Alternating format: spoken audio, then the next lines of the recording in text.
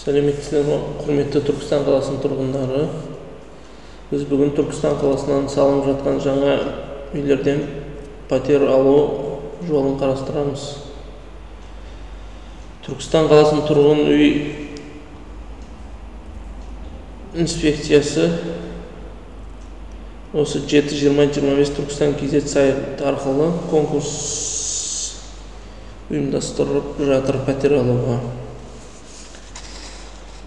Және де бізге конкурстың қашан болатыны туралы ақпарат, хабарландырулар осы жерде шығып тұрады сайтта. Енді кезекте қатысу үшін өтінім беру.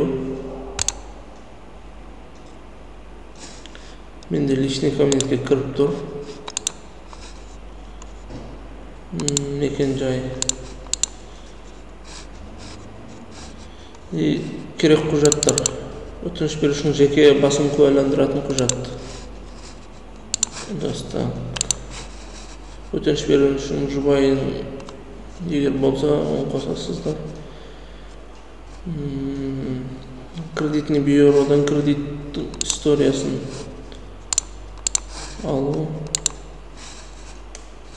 Жылжымайтын мүлік бар жоқ туралы анықтама. Және де жұмыс орнынан соңғы 6 айлық көрсеткіш. Пенсионный накопление. Соңғы бөлмелер саны. Сізге 1 бөлмелі, 2-3 бөлмелі. Енді бұл жерде тағы қаралатын мәселе. Мысалы, сіздің жалақыңыз аз болатын болса, 3 бөлмелі пәтерге жетпей қалуы мүмкін. Примерно бұл жерде 3 бөлмелі квартира 14 миллиондай шығады.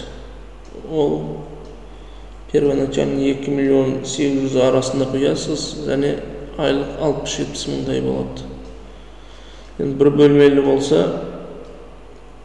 квадраттың 180 көбейтіп, примерно 20% шығарып аласыз.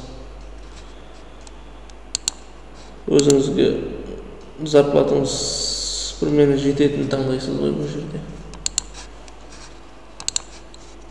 Өтінім беру. Мен заявка жіберіп қойған, сол үшін менікі бармады. Осындай кішігірім болса да мүмкіншіліктер бар